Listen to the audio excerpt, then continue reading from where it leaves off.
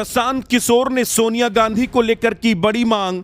Jan Suraaj chief ने Congress leader को बताया क्रिमिनल। वंदे मातरम नहीं गाने पर तत्काल किया जाए गिरफ्तार। अगर नहीं हुआ एक्शन तो सड़कों पर होगा महासंग्राम।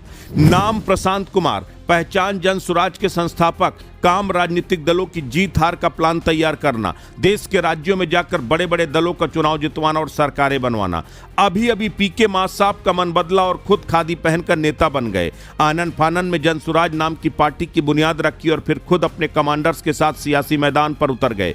खुद की जीत के लिए रणनीति बनाने लगे, खुद की पार्टी के उम्मीदवारों के लिए फील्डिंग सेट करने लगे। उन्हें पता था कि बिहार में नीतीश कुमार और बीजेपी से दो दो हाथ करना पड़ेगा और ये आसान नहीं होगा। बावजूद पैदल यात्रा पर निकले, विधानसभा की खाक छानी, पसीना बहाया, लेकिन जनता को पसंद नहीं आया। पीके का पहला शो फ्लॉप रहा। पीके ने हिम्मत नहीं हारी, अपनी राजनीति के दूसरी फिल्म को सुपरहिट करने के मिशन में जुट गए। फिल्म को उन्होंने गढ़ लिया, उसकी लॉन्चिंग बांकीपुर से कर दी। बांकीपुर उपचुनाव में पीके की पिक्चर जनता को पसंद आ गई और 30 साल बाद यहां बड़ा उलटफेर हो गया। पीके ने बांकीपुर में कब्जा जमा लिया। पीके बांकीपुर के विधायक चुन लिए गए। इसी के बाद वो बिहार के सबसे बड़े सुपरस्टार बनकर उभरे।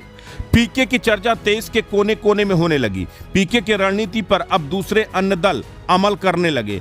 पीके ने विधायकी की शपथ ली और फिर सीधे कांग्रेस के दिग्गज नेता सोनिया गांधी को लेकर बड़ा बयान दे डाला। पीके ने सोनिया गांधी को अपराधी करार दिया और केंद्र सरकार से उनकी गिरफ्तारी की मांग कर दी। 30 जुलाई 2026 की तारीख थी। बांकीपुर में 2 दिन पहले चुनाव का शोर थम चुका था। जनता वोट करने को बेकरार थी।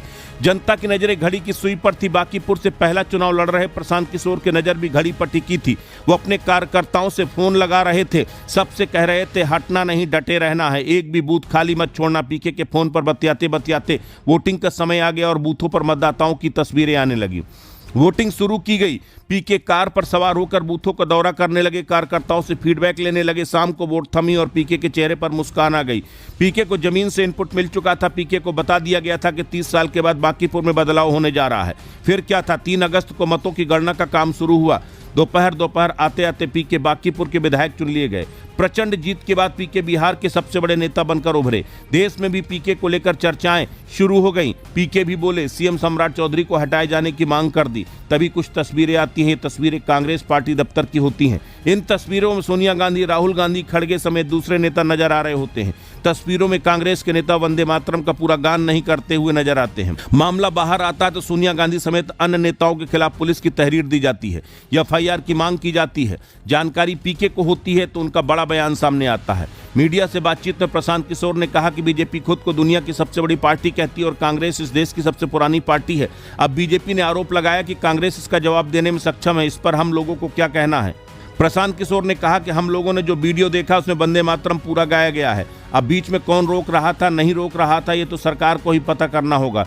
उन्हें ही पता करना चाहिए। अगर सच में कांग्रेस के लोगों ने गलती की है तो अब तो सरकार ने उस पर कानून बना दिया है। अब आप उसका अपमान करेंगे तो आप केस हो जाएगा। तो बयानबाजी करने की जगह बीजेपी को सोनिया गांधी पर केस करना चाहिए। अगर सोनिया गांधी और अन्य नेताओं ने वंदे मातरम का पूरा गान नहीं किया तो उन्हें बीजेपी वालों को अरेस्ट करवाना चाहिए और जेल भिजवाना चाहिए। दरअसल वंदे मातरम को लेकर विवाद जारी है। देश के अलग अलग राज्यों में बीजेपी की ओर से कैंडल मार्च निकाला गया। गुजरात के बड़ोदरा से लेकर यूपी के लखनऊ, राजस्थान के जयपुर, रायपुर और अन्य राज्यों में बीजेवाईएम के कार्यकर्ताओं ने प्रदर्शन किया। उन्होंने कांग्रेस मुख्यालय में वंदे मातरम गायन को लेकर विवाद पर कांग्रेस नेताओं सोनिया गांधी, मल्लिकार्जुन खड़गे, राहुल गांधी के खिलाफ प्रदर्शन किया। इसके साथ ही भारतीय जनता पार्टी युवा मोर्चा ओडिशा इकाई के कांग्रेस अध्यक्ष मल्लिकार्जुन खड़गे, पूर्व कांग्रेस अध्यक्ष सोनिया गांधी और लोकसभा में विपक्ष के नेता राहुल गांधी के खिलाफ पुलिस में शिकायत दर्ज कराई। रिपोर्ट के मुताबिक ओडिशा भाजपा युवा मोर्चा के प्रदेश अध्यक्ष अभिलाष पांडा ने कहा कि पार्टी ने तीनों कांग्रेस नेताओं के खिलाफ राष्ट्रीय गीत वंदे मातरम के कथित अपमान और उसके गायन में बाधा डालने के आरोप में कार्रवाई की मांग की है।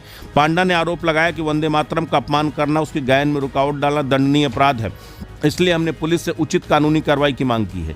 वहीं कांग्रेस ने भाजपा के आरोपों को पूरी तरह खारिज कर दिया।